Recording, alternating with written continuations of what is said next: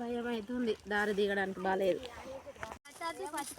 Hi friends, ఈరోజైతే మా పత్తి ఏరుతున్నాం. ఈ పత్తిలో ఏం లేవు అని అంటాళ్ళు.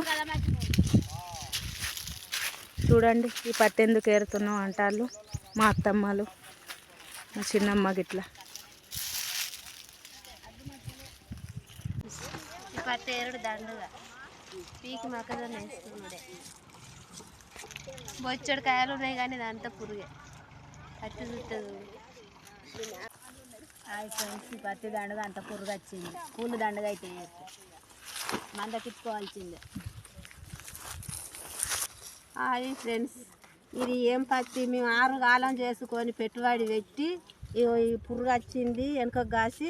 అప్పుడు వర్షాలు పడ్డాయి, ఇప్పుడు అది పెరిగే ముందట వర్షాలు లేవు, ఇట్లా అయినాయి మా రైతుల బతుకులు ఎట్లా? Hi friends.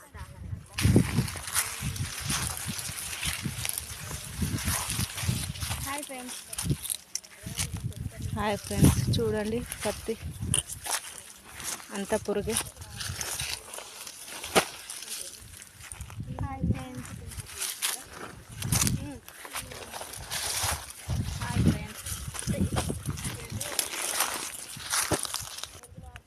హాయ్ ఫ్రెండ్స్, చూడండి పత్తి ఏర బుద్ధి అయితే లేదు, అంత పురుగు ఉన్నది.